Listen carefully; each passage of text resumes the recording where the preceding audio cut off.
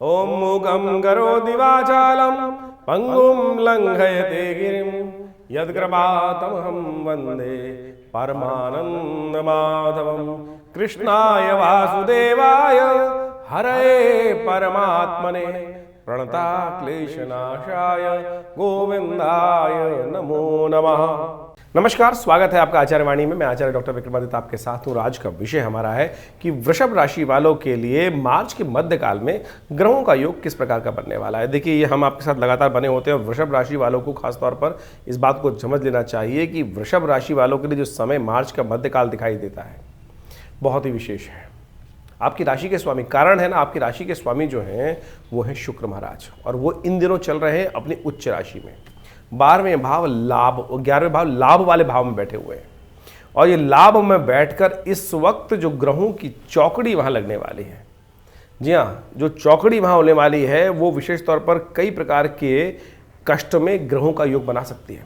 आपकी राशि के स्वामी जो हैं शुक्र महाराज बहुत लंबे समय के लिए इस वक्त उच्च के राशि में चलने वाले हैं, और अब वो अस्त भी होंगे, वक्री भी होंगे, पहले फिर अस्त हो जाएंगे। साथ में बुध महाराज चल रहे हैं 11वें भाव में, वो भी लाभ वाले स्थान में चल रहे हैं, वो भी अस्त हो जाएंगे। सूर्य का पदार्पण वहाँ हो जाएगा, राहु वहाँ पहले से विद्यमान है। तो एक बात समझें कि इस वक्त सारी की सारी ग्रहों की चाल जो है वो राहु के जिम्मे रहने वाली है।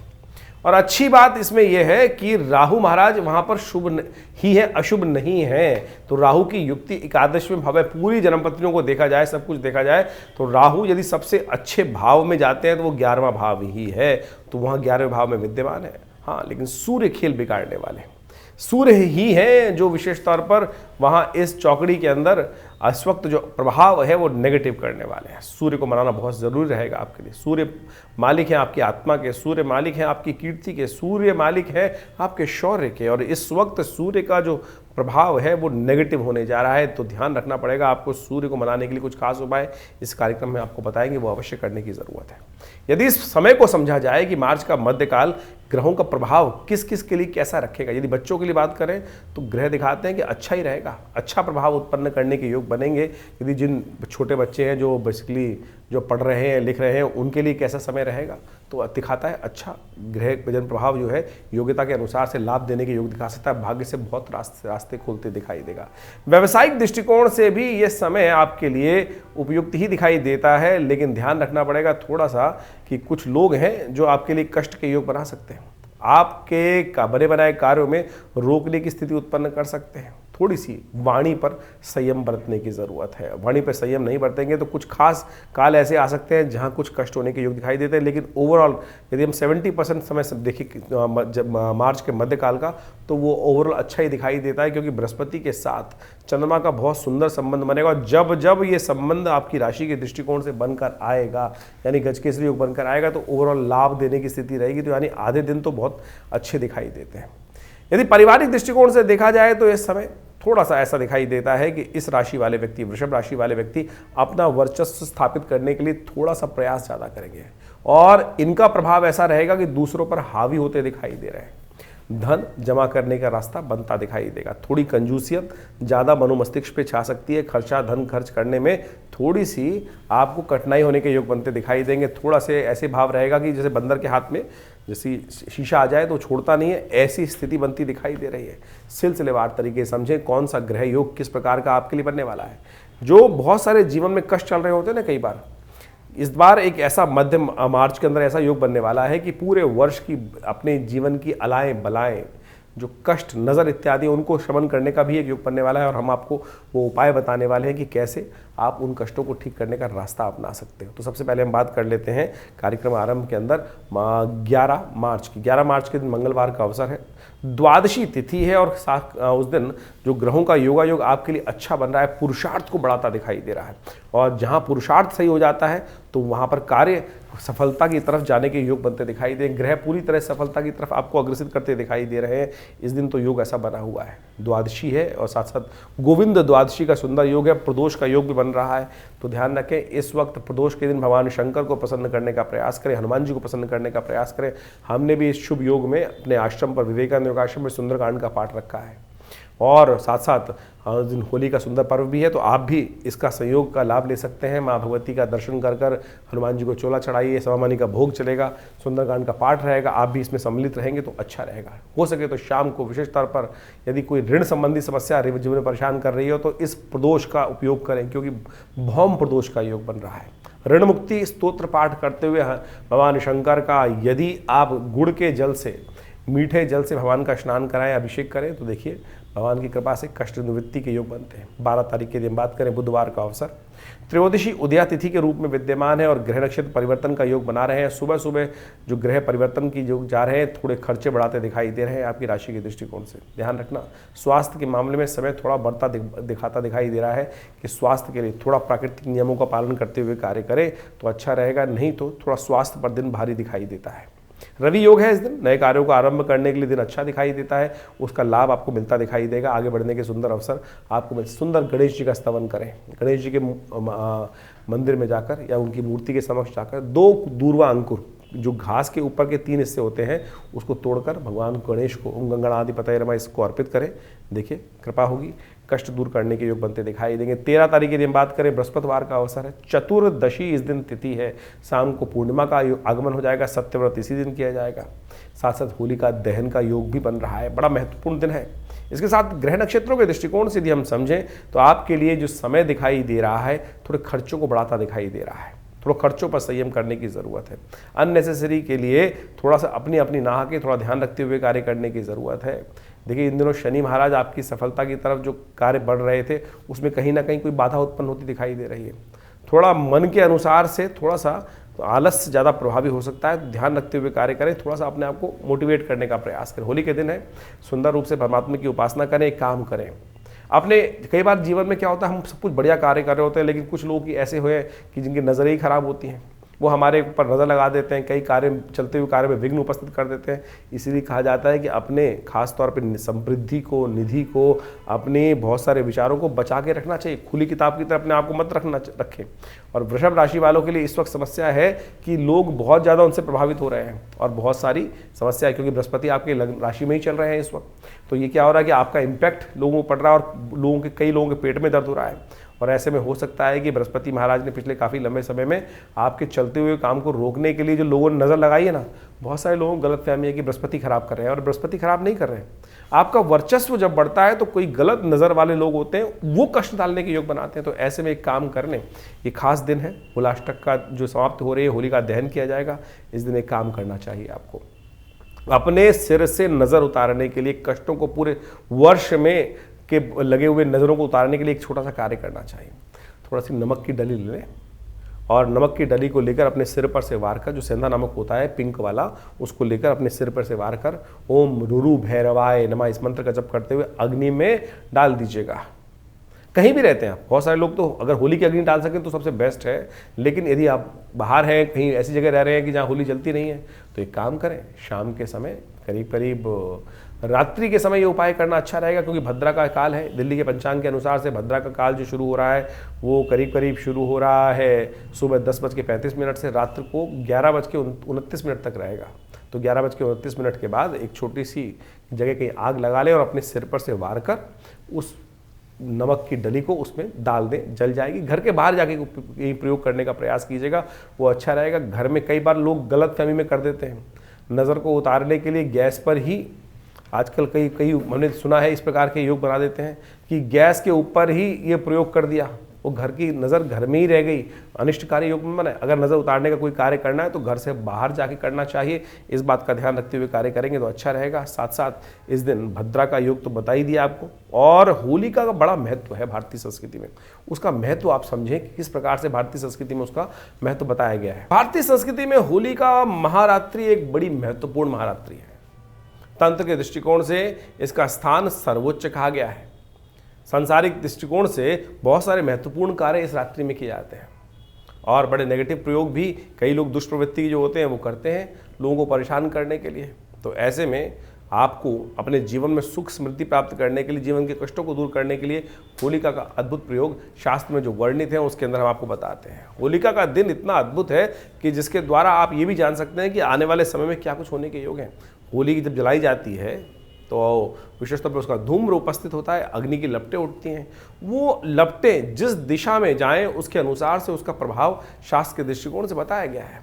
और जो राजा इत्यादि होते हैं, शासन तंत्र होता है, उसके अनुसार से आने वाले भविष्य की गणना भी उस दृष्टिकोण से कर सकता है कि उस क्षेत्र में कैसे योग बनने वाले हैं। होलिका का जलने से जो धुआं है जब उठता है, कहा जाता है कि वो सीधा ऊपर जाए, तो ये बहुत बढ़िया यश वृद्धि का योग बनाता है।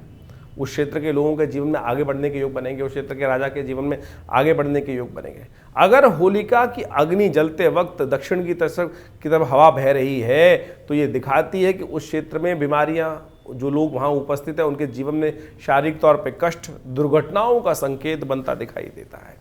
वहीं यदि पूर्व की तरफ हवा चल रही है और पूर्व की तरफ उसका धुआं, लपटें इत्यादि जा रही हैं, तो ये दिखाती हैं कि विशेष तौर पर जीवन में आगे बढ़ने के योग बनेंगे, शांति प्राप्ति के योग बन सकते हैं, अध्यात्म में विकास होने के योग बन सकते हैं, रोजगार इत्यादि में नए उन्नति के अवसर प्राप्त होने के योग बन सकते हैं।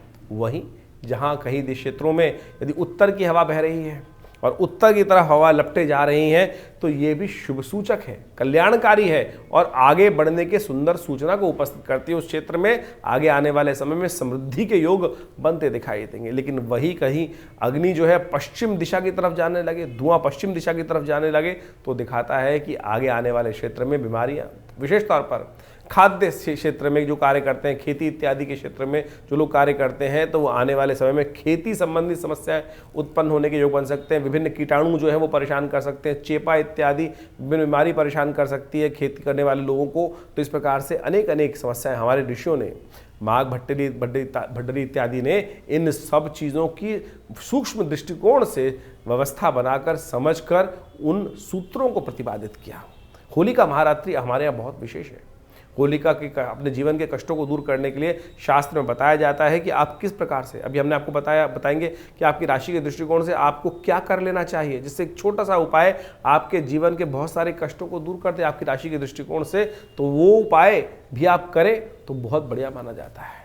तो इन समस्त चीज़ों को समझते हुए जीवन में आपको आगे बढ़ने का प्रयास करना चाहिए। कथाएं तो बड़ी विचित्र हैं, वो कथाएं कितनी श्रद्धा के साथ हैं कि देखिए, जो आपने बचपन से सुनी होगी कि होलिका जो थी हिरण्यकश्यप की बहन थी और वो प्रहलाद को लेकर और उस अग्नि में बैठ गई थी।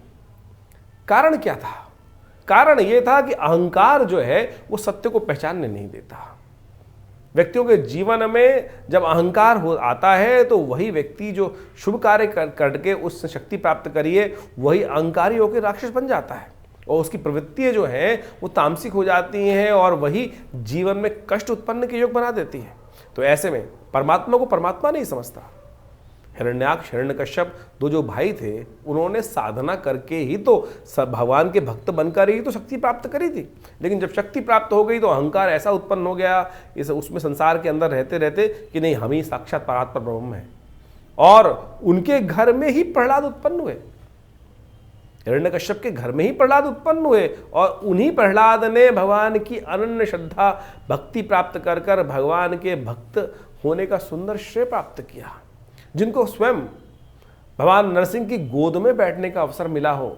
ऐसे सोचें कि पापी के घर में उत्पन्न हुआ व्यक्ति कैसे भगवान के उसको गोद में बिठा ले। तो सोचें, आप इस बात को समझे, हम समस्याएं जीवन में लेकर आते हैं लेकिन हम अपनी भक्ति को भूल जाते हैं। प्रहलाद ने वही भक्ति करी, भगवान पर विश्वास रखा और वही विश्वास का सुंदर क्या प्रभाव हुआ कि भगवान की साक्षात, सोचे, जिस पद को प्राप्त करने के लिए किसी और को तो नहीं मिला, अर्जुन तक को भगवान की गोद नहीं मिली, केवल भक्त प्रहलाद को ही वो सुंदर स्थान प्राप्त हुआ कि भगवान विष्णु की गोद में बैठने। किस कारण से? प्रताप से, भक्ति के प्रताप से। भक्ति के प्रताप से वो वहां उस गोद में अवस्थित हुआ। ये घटना कितनी सुंदर दिखाती है कि आप सोचें कि जब हिरण्यकश्यप ने जिस प्रकार से प्रहलाद को अनेक प्रकार से त्रास देने का प्रभाव उत्पन्न किया, अनेक प्रकार से त्रास दिए, कभी पहाड़ से उठा फेंकवा दिया, कभी हाथी के पैर से नीचे कुचलवाने का प्रयास किया, कभी विष देने का प्रयास किया, लेकिन अंत में होलिका कहती है कि मेरे पास साधना से प्राप्त हुई एक ऐसा वस्त्र है कि जिसको मैं पहन के अग्नि में बैठ जाऊँ, अग्नि जलेगी नहीं। भगवान का प्रताप है, आशीर्वाद है। लेकिन सोचे, भगवान का आशीर्वाद, प्रहलाद को लेके बैठूंगी, प्रहलाद जल जाएगा, मैं नहीं जलूंगी।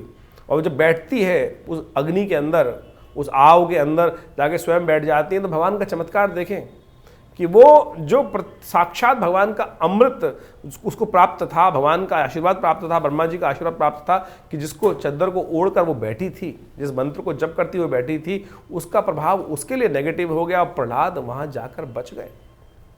वो साक्षात दिखाता है। और अगले दिन जब प्रहलाद बच के निकले तो लोगों ने भस्म से होली खेली। वही वास्तविक होली है। आज सिंथेटिक रंगों का उपयोग करते हुए लोग अनेक प्रकार से वो उपयोग कर लेते हैं, कोई रंग ला रहा है, कोई कुछ और ला रहा है किस प्रकार से, लेकिन वास्तविक होली वही है जो उस भस्म से खेली जाए। तो अगले दिन सुबह जाकर जहाँ होली जलाई जाती है वहाँ टीका अवश्य उस भस्म का लगाकर अपने माथे पर अवश्य लगाना चाहिए। कहा जाता है कैसी अलाएं बलाएं हो, भगवान की कृपा से उन सबको ठीक होने का योग बन जाता है। इस बात ध्यान रखिएगा, होली जलाने का जो मुहूर्त है वो करीब करीब रात्रि में, दिल्ली के पंचांग के अनुसार से करीब रात्रि में 11:30 के बजे के बाद ही बनेगा, क्योंकि करीब करीब 11:29 तक भद्रा विद्यमान रहेगी। तो इस बात का ध्यान रखना चाहिए कि 11:29 के बाद ही होली का जो भद्रा के अंतकाल होने के बाद ही होली जलाई जानी चाहिए। लेकिन आज तो होली जलाने का मतलब केवल अग्नि को जलाना ही हो जाता है, कैंप फायर के तौर में लोग उपस्थित कर देते हैं। ना ना ना, इस अग्नि के द्वारा ही आप बहुत सारे कष्टों को दूर कर सकते हैं। आपने अपनी राशि के अनुसार से जो उपाय आपको बताए जा रहे हैं उसके द्वारा आप कर ले वो छोटे छोटे उपाय, छोटे छोटे टोटके कि छोटी छोटी चीज़ें अग्नि में उपस्थित कर कर अपनी अलाएं बलाएं पूरे साल में किए हुए नेगेटिव जो एनर्जी है उन सबको उस यज्ञ की अग्नि में आप भस्म कर सकते हैं। अग्नि ही है तो उसमें विभिन्न तौर पे वो अग्नि जो में सामग्री उपस्थित की जाती है वो उसी प्रकार से समझाती है।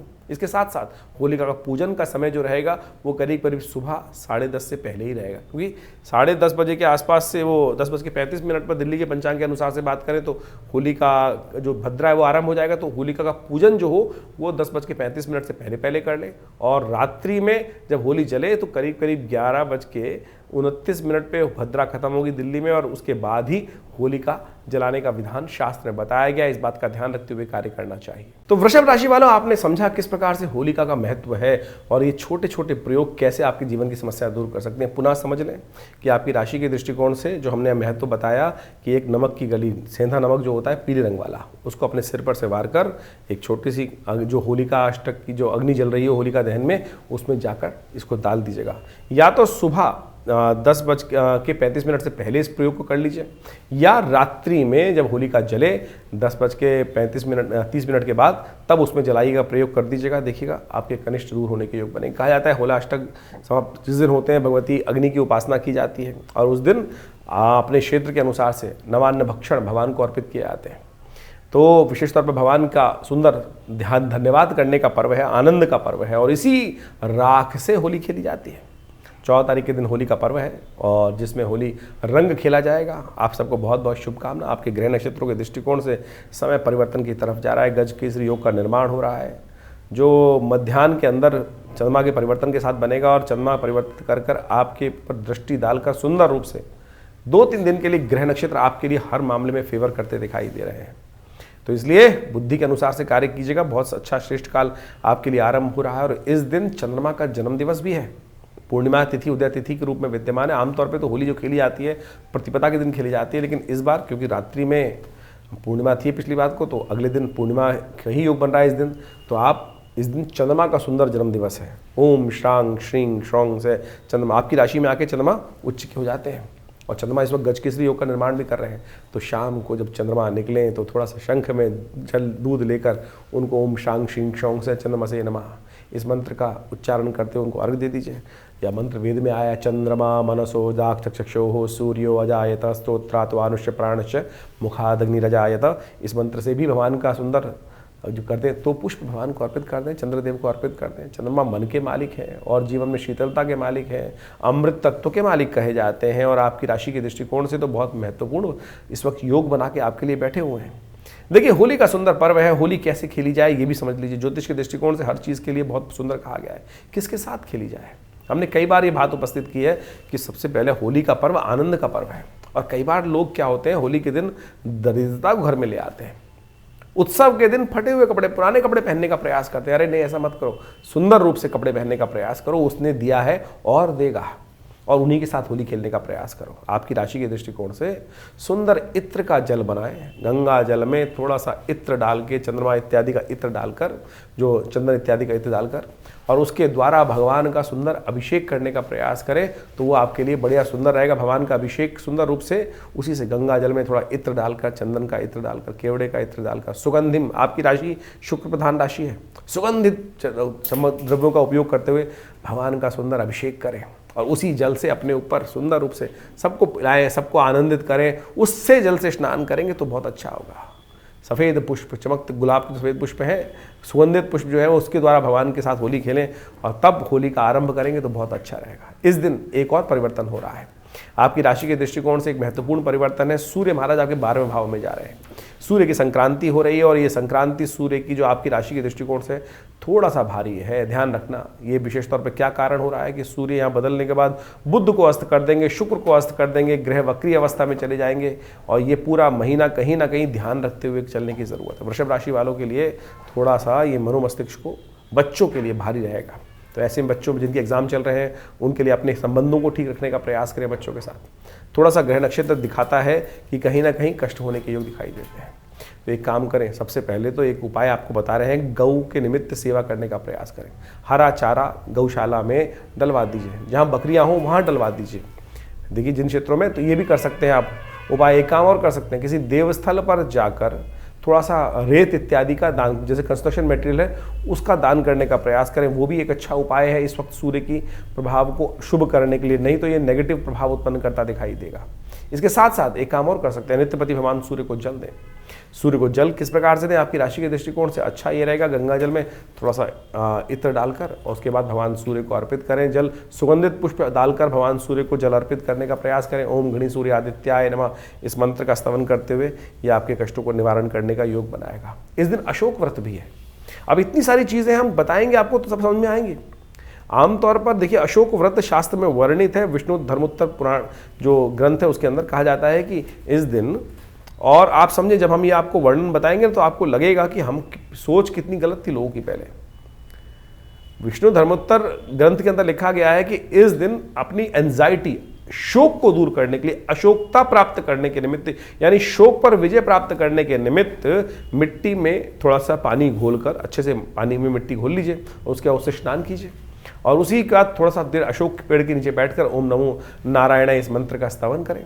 तो कहा जाता है कि कैसी भी एंजाइटी डिसऑर्डर हो उन सबसे लाभ मिल जाता है। हमने स्वयं देखा, प्राकृतिक चिकित्सा सेंटर चलाते हैं दिल्ली में, BNYS डॉक्टर हैं हम खुद, और हमने देखा कि पेशेंट जो आते हैं एंजाइटी डिसऑर्डर के, उनको खूब अच्छे से मिट्टी का लेपन करने के बाद यदि हम थोड़ी देर बिठाते हैं और अशोक के पेड़ के नीचे बैठाते हैं, जब देखा हमने तो कहा जाता है कि बिल्कुल कैसे भी उनके एंजाइटी डिसऑर्डर्स हैं उसमें प्रभाव बहुत बढ़िया नेगेटिव प्रभाव से हटकर व्यक्ति पॉजिटिव होने लगता है। और अब से पहले क्या था कि कोई व्यक्ति मिट्टी से हुड्डी खेल रहा होता था तो हम क्या कहते थे, अरे भाई देखो कितने अनसिविलाइज लोग हैं। अरे गांव में कहीं ना कहीं अभी भी वो परंपरा चलती है। वो जो परंपरा है वो गलत नहीं है, लेकिन उसका वैज्ञानिक महत्व हम भूल गए। तो आप समझें कि ये प्राकृतिक चिकित्सा में सुंदर रूप से इसका वर्णन मिलता है, इसका उपयोग करना चाहिए। हम बात कर लेते हैं 15 तारीख की, शनिवार का अवसर है। चैत्र का महीना इस दिन से आरंभ हो जाएगा। प्रतिपदा तिथि है। ग्रह नक्षत्रों के दृष्टिकोण से एक परिवर्तन का योग बन रहा है। इस दिन बुध महाराज आपकी राशि के 11वें भाव में चलते हुए वक्र स्थिति में जाने वाले हैं। बहुत जल्दी अस्त भी होने वाले हैं और ये थोड़ा सा आपके लिए थोड़ा सा नुकसान हो सकता है। ग्रह कहीं ना कहीं बनती बनाई बात पर लाभ वाले स्थितियों में कहीं ना कहीं कमी कर सकता है, तो थोड़ा सा बुध का उपाय करने की ज़रूरत है। बुध के निमित्त ये उपाय जो रहेगा, कोशिश करें पालक का दान करें, किसी धर्मस्थल में जाकर पालक दे दें, साबुत मूंग की दाल का दे दें, बुद्ध का मंत्र जप कर लें, ब्रांग ब्रिंग ब्रोंग से बुधाय नमः। ये सब उपाय कर आप बुद्ध को अच्छे से शांत कर सकते हैं, बुद्ध के नेगेटिव प्रभाव को ठीक करने का रास्ता बना सकते हैं। बात कर लेते हैं अब 16 तारीख रविवार की, और उस दिन द्वितीया तिथि है। ग्रह नक्षत्रों के दृष्टिकोण से ग्रह परिवर्तन की तरफ एक और जा रहे हैं। राहु महाराज अपनी वक्र गति में प्राप्त करने के बाद चलते धीरे धीरे अब जा रहे हैं पूर्वा भाद्रपद नक्षत्र के चतुर्थ चरण में प्रवेश कर रहे हैं। और पूर्वा भाद्रपद चतुर्थ चरण में प्रवेश करने से क्या होगा, ये बृहस्पति का नक्षत्र है और ऐसे में बृहस्पति के घर में चलते हुए राहु आपके लिए अशुभ नहीं है, शुभ है। जैसा हमने कार्यक्रम के आरंभ में कहा था, राहु बृहस्पति के साथ आमतौर पे अशुभ हो जाते हैं जाकर, लेकिन यहाँ पर बृहस्पति के घर में बैठने के बाद, क्योंकि 11वां भाव है, राहु वहाँ पे हमेशा अच्छे करते हैं। और ऐसे में यदि आप छोटा मोटा उपाय कर लें, राहु के नेगेटिविटी को और दूर कर लें, पॉजिटिव है। क्योंकि यहाँ पर समस्या क्या है कि यहाँ पर सूर्य भी आ चुके हैं यहाँ पर, चौकड़ी लग गई है ग्रहों की, और सूर्य ने यहाँ समस्त स्थितियों में कुछ बवंडर मचाने का प्रयास किया, ग्रहण लगाने का जो सूर्य प्रयास कर रहे हैं चीज़ों को, वो परेशानी का कार्य है, क्योंकि सूर्य के कारण से शुक्र बुध दोनों अस्त हो जाएंगे। राहु यहाँ पर सूर्य पर नेगेटिव प्रभाव तो डालने का प्रयास कर रहे हैं, वो आपके लिए अच्छा है। राहु सूर्य को जो ग्रहण लगाने का प्रयास कर रहे हैं वो आपके लिए, जी हाँ, बिल्कुल अच्छा है, खराब नहीं है। इस वक्त सूर्य को ठीक करना बहुत ज़रूरी है। तो आपके लिए एक अच्छा सा उपाय हम बताते हैं, उसको करने का प्रयास कीजिए। नित्यपति भगवान सूर्य को अवश्य अर्घ दिया करें, तो आपके लिए कल्याणकारी योग बनेगा। और इस दिन रविवार भी है, हमने विवेकानंद योगाश्रम में इस दिन नवग्रह शांति महायज्ञ का सुंदर आयोजन किया है। आप भी स्वयं उस यज्ञ में सम्मिलित होकर सुबह 8 बजे से लेकर करीब करीब 10 बजे तक यज्ञ भंडारा चलेगा। तो उसमें राहु के मंत्र का जप भी कराया जाएगा, सूर्य के मंत्र का जप कराया जाएगा, समस्त नवग्रहों के मंत्र का जप होगा। आप भी उसमें सम्मिलित होकर भाग लेंगे, भगवान की कृपा से भगवती का दर्शन करेंगे तो लाभ भी होगा, कष्ट दूर होंगे। 17 तारीख सोमवार का अवसर, तृतीया तिथि इस दिन विद्यमान है। ग्रह नक्षत्र परिवर्तन का योग बना रहे हैं, और ये परिवर्तन आपकी राशि के दृष्टिकोण से थोड़ा स्वास्थ्य पर भारी पड़ता दिखाई दे रहा है।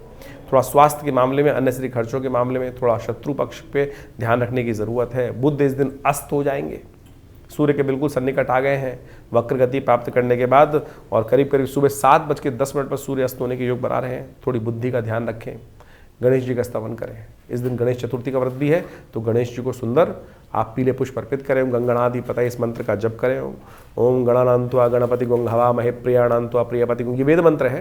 यदि ये कर सके तो बहुत अच्छा रहेगा। नहीं तो गणेश जी की प्रार्थना, सुमुखश्चैकदन्तश्च कपिलो गजकर्णकः लंबोदरश्च विक्तो विघ्ननाशो विनायका धूम्रकेतुर्गणाध्यक्ष। तो इस प्रकार से गणेश जी के जो नाम है उनका स्तवन करके भी आप उनको प्रसन्न कर सकते हैं, और बुध के नेगेटिव प्रभाव को ठीक करने का रास्ता बना सकते हैं। 18 तारीख मंगलवार का अवसर, चतुर्थी इस दिन तिथि है, और अंगारक चतुर्थी का योग बन गया है। मंगल आपकी राशि के दृष्टिकोण से अभी बहुत जल्दी परिवर्तन की तरफ जाने वाले हैं, और कमज़ोर अवस्था में हो जाएंगे, पुरुषार्थ को घटा देंगे। तो थोड़ी मंगल को ताकत देने का प्रयास कीजिए, ये बहुत ध्यान रखने योग्य है। और उस अवस्था से पहले ही मंगल को ठीक करने के लिए एक सुंदर योग बन गया है अंगारक चतुर्थी। कोशिश ये करें, इस वक्त वैसे ही चंद्रमा आपके 6ठे भाव में चले गए हैं, तो ये कहीं ना कहीं थोड़ा सा मनोमस्तिष्क को नेगेटिव करता दिखाई दे रहा है। थोड़ा सा उसका उपाय करें, हनुमान जी का स्तवन करें। इस दिन हमने विवेकानंद योगाश्रम में सुंदरकांड का पाठ रखा है अंगारक चतुर्थी के दिन, तो आप उसमें सम्मिलित हो सकते हैं। शाम को 5 बजे से ये कार्यक्रम रहेगा, और साथ में भंडारा भी रहेगा, तो भगवान का सुंदर स्तवन रहेगा। आप भी अपने नाम से सुंदरकांड का पाठ करवाने के लिए आश्रम से संपर्क साध सकते हैं। 19 तारीख बुधवार का अवसर, पंचमी तिथि विद्यमान है, और इस दिन चंद्रमा होने जा रहे हैं कमज़ोर, लेकिन गजकेसरी का योग निर्माण हो रहा है, ये आपके लिए अच्छा होगा। चंद्रमा की नेगेटिव अवस्था भी आपके लिए शुभ बनती दिखाई दे रही है। बहुत सारे भाव मनोमस्तिष्क में आ सकते हैं, बहुत सारे प्रभाव को शुभ करने का योग बनता दिखाई देगा। ऐसे में कोशिश ये करें, जो मन में भाव आ रहे हैं, विचार आ रहे हैं, उन पे थोड़ा ध्यान दीजिएगा। ऐसे नहीं कि अरे ऐसी आ गया मन में बात, मन में जो भी भाव आता है कहीं ना कहीं ग्रहों के अनुसार से आता है, और इस वक्त योग ऐसा बन रहा है कि जो इंट्यूशन हो रहा है वो कहीं ना कहीं सत्य हो सकता है। तो ऐसे में कोशिश ये करें, एक प्रभाव और उत्पन्न होने जा रहा है, शुक्र इस दिन अस्त होने जा रहे हैं। ये शुक्र का अस्त होना बने बनाए काम में कहीं ना कहीं विघ्न उपस्थित कर सकता है।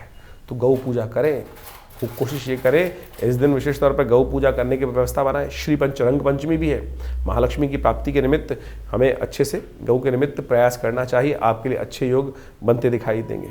यदि हम बात कर लें अब 20 तारीख की, तो 20 तारीख बृहस्पतिवार का अवसर, षष्ठी तिथि विद्यमान है।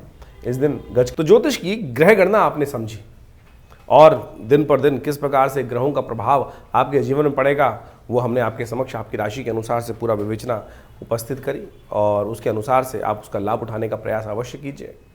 लेकिन ये ओवरऑल जो ग्रहों की गणना है, वास्तविक तौर पर ये समझें कि ये ग्रहों की गणना जो है हर व्यक्ति पर अलग प्रभाव उत्पन्न करती है। ज्योतिष के दृष्टिकोण से यदि हम समझें कि आपकी जो राशि है वो एक विशेष तौर पर तो 2.5 दिन में एक बार बदलती है, लेकिन हर घंटे 2 घंटे में लग्न बदल जाती है। लेकिन ये ज्योतिष की विवेचना का अवसर है। ज्योतिष के दृष्टिकोण से हमें देखने पड़ता है कि कौन सी कुंडली ज़्यादा प्रभावी हो रही है, लग्न कुंडली, सूर्य कुंडली। ज्योतिष के दृष्टिकोण से केवल एक ही चार्ट नहीं है कि जिसको हम कहें कि भाई इसी के द्वारा सब कुछ निर्धारित हो जाता है। हजारों प्रकार के चार्ट बनते हैं। ये ज्योतिषी अपने अनुभव से वो व्यक्ति को देखकर बताता है कि आपकी जन्मपत्री के अनुसार से आपके कौन से लग्न, कौन से ग्रह, कौन से अनुसार किस प्रकार से योग बनाने वाले हैं। चाहे वो आत्मकारक ग्रह कौन सा है आपकी कुंडली में, अमात्य कारक ग्रह कौन सा है, कारकांश ग्रह किस प्रकार से कारक ग्रह कर रहा है, लग्न पद, उपपद, यानी ज्योतिष के अंदर माइन्यूटली अगर डिस्कस करने का हम प्रयास करें तो इतना ज़्यादा वृहद वर्णन ज्योतिष का शास्त्रों के अंतर से किया गया है। लेकिन हम जो जनरल तौर पे हम बात कर रहे होते हैं तो हमको केवल एक ही जन्मांगम चार्ट ही दिखता है, लेकिन उसके अनुसार से चंद्र कुंडली साइड में बनी होती है जिसको राशि के अनुसार से बनाया जाता है, और राशि के अनुसार से हम आपके समक्ष वार्तालाप उपस्थित करते हैं। तो आपकी लग्न कौन सी है, आपकी राशि कौन सी है, उसके अनुसार से यदि आप दोनों चीज़ों को समझते हुए कार्य करेंगे तो आपको बिल्कुल सही रूप समझ में आ जाएगा कि आपके जीवन में घटनाएं, कम से कम गोचर के दृष्टिकोण से तो आप समझ ही सकते हैं। गोचर का मतलब है आज की तारीख में ग्रह कहाँ किस प्रकार से चल रहे हैं, और वो हम उनको राशि के अनुसार से बांटकर, लग्न के अनुसार से बांटकर हम प्रत्यक्ष रूप से समझ सकते हैं कि गणनाएं किस प्रकार से जा रही हैं।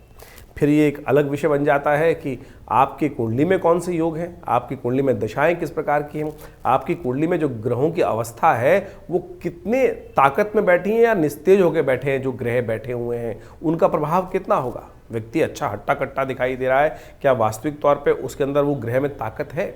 आपका ग्रह उच्च का दिख रहा है लेकिन नवांश में जाकर कमज़ोर हो गया, शीर्णस्थ हो गया, या कुंडली में एक ताकत में ग्रह नहीं दिख रहा है लेकिन नवांश में जाकर षोडश वर्ग के अंदर जाकर अच्छे से ताकत में आ गया है, तो वो ग्रहों की स्थिति को पूरी तरह से बदल सकता है। फिर ग्रहों की स्थिति ये भी समझने की आवश्यकता है कि किस अवस्था में वो ग्रह हैं, आपकी जन्मपत्री में जो ग्रह है।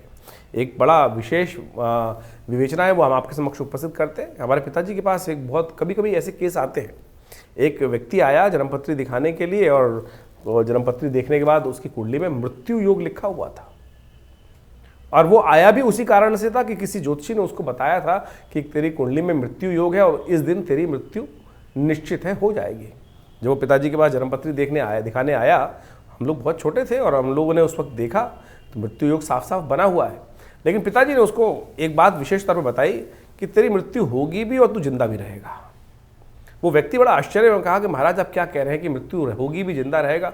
तो पिताजी ने कहा कि देख, तेरी कुंडली के अंदर जो योग है वो विशेष तौर पर मृत्यु कारक योग तो है, लेकिन जो ग्रह है वो सपनादि अवस्था में है। यानी जो ग्रह की अवस्था है वो स्वप्न में है, ग्रह जागृत अवस्था में नहीं है, स्वप्न में अवस्था में है। तो तेरी मृत्यु सपने में लिखी है, प्रत्यक्ष मृत्यु नहीं लिखी तेरी। और कालांतर में वो समय घटा और जब सामने आया तो व्यक्ति जीवित रहा, मृत्यु हुई, लेकिन सपने में कभी देखते हैं। लेकिन आप सपने में यदि कोई अनुभव करते हैं, कभी किसी का एक्सीडेंट होता हो सपने में देखता है, या कोई राज्याभिषेक होता देखता है, तो सब सोचे कि मनोभाव उसी प्रकार का होता है कि उतनी प्रसन्नता प्राप्त हो रही होती है कि ये गाड़ी में घूम रहा हूँ, ये कुछ हो रहा है, चोट लगती है तो वैसे ही लगता है कि यार लग गई। तो वो स्थिति समझे, यानी वो ग्रहों की अवस्था किस प्रकार से है। यानी ज्योतिष विज्ञान ने एक एक चीज़ को बड़े सुंदर रूप से अनुसंधान करके समझ के उन विवेचनाओं को उपस्थित किया है।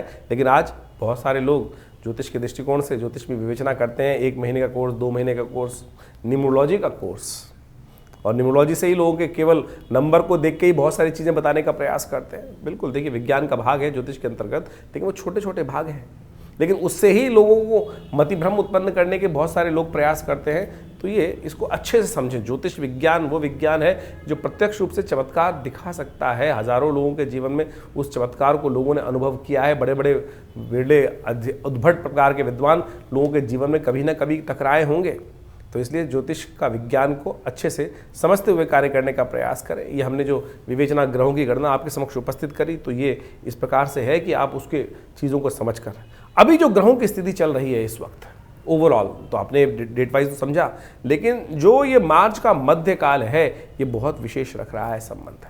सूर्य परिवर्तन की तरफ जाएंगे, कई उत्सव आएंगे, होलाष्टक चल ही रहे हैं, होली भी आने वाली है, उसके बाद संवत परिवर्तन का योग बनने वाला है। शनि महाराज सबसे महत्वपूर्ण है जो परिवर्तन की तरफ जा रहे हैं, और ये सारे के सारे परिवर्तन बड़े विशेष प्रभाव उत्पन्न करने वाले होंगे इन सब ग्रहों की गणना के अनुसार से।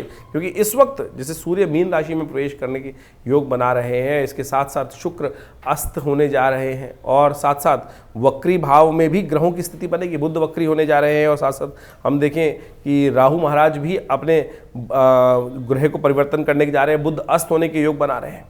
और साथ साथ इन सब परिवर्तनों का प्रभाव बड़ा महत्वपूर्ण पड़ता है, इन सबको अच्छे से समझने की आवश्यकता है। और ऐसे में यदि हम देखें कि शनि के परिवर्तन से पहले पहले बुध भी अस्त होने जा रहे हैं, तो ये कहीं ना कहीं वातावरण के लिए थोड़ा सा कष्टकारी योग बना सकता है, भूस्खलन के योग बन सकते हैं। कहीं ना कहीं प्राकृतिक आपदाओं के योग बनते दिखाई देंगे इन सब ग्रहों के परिवर्तन के साथ साथ। और बुध अस्त होने के कारण से कई राशि विशेष में कई सारी समस्याएं उत्पन्न करने के योग बना सकते हैं। चीज़ों को बुध जो है वैसे ही कम से क्षीणस्थ अवस्था में चल रहे हैं और अस्त हो जाएंगे, तो कहीं ना कहीं सही ज्ञान में सही समय पर सही रास्ते को अपनाने में कहीं ना कहीं दिक्कत आ सकती है। तो जो जो उपाय आपको बताए हैं उनको सही से करने का प्रयास करें और इसके साथ साथ अपनी मूल जन्मपत्री को अवश्य समझाकर अच्छे योग्य ज्योतिषियों को दिखाकर उनसे विवेचना समय समय पर करती रहनी चाहिए, जिससे क्या होता है कि हमें काल को, समय को, हमें विशेष तौर पर समय को समझने में सहायता मिल जाती है। और समय को समझ जाते हैं तो आने वाले भविष्य को देखकर, बहुत सारी चीज़ों को समझकर, पूर्वाभास लेकर हम उन जीवन के कष्टों को दूर कर सकते हैं, आने वाले सुख को आनंद के साथ प्राप्त कर सकते हैं। तो इन सब चीज़ों को समय समय पर समझते रहेंगे तो अच्छा रहेगा।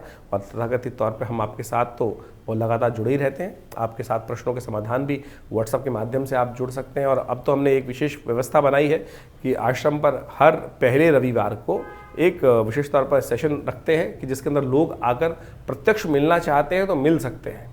और उसमें हमने ऐसी व्यवस्था कर दी है कि बहुत सारे लोग ऐसे हैं कि जो फीस वगैरह देने में दिक्कत करते हैं। देखिए, आश्रम है, व्यवस्थाएं भी चलानी है, फीस रखनी जरूरी है, लेकिन जो लोग आश्रम के साथ बिल्कुल आप व्यवस्था में, यज्ञ में आना चाहते हैं, नहीं कोई है अभाव है भगवान की समस्या के कारण से, जीवन समस्या के कारण से, तो हम उसके लिए एक कार्यक्रम आरंभ कर रहे हैं। हर रविवार को विशेष तौर पर कार्यक्रम रहेगा, पहले रविवार को, महीने के पहले रविवार को सुबह 8 बजे से लेकर करीब करीब 11 बजे तक ये कार्यक्रम रहेगा। उसमें आप आकर डायरेक्टली हमसे प्रश्न पूछ सकते हैं और आपके प्रश्न जो भी हों हम प्रयास करेंगे माँ भगवती की कृपा से उनका निदान अवश्य आपको दें। भगवान की कृपा से आपके कष्ट दूर होने के कोई ना कोई योग बने।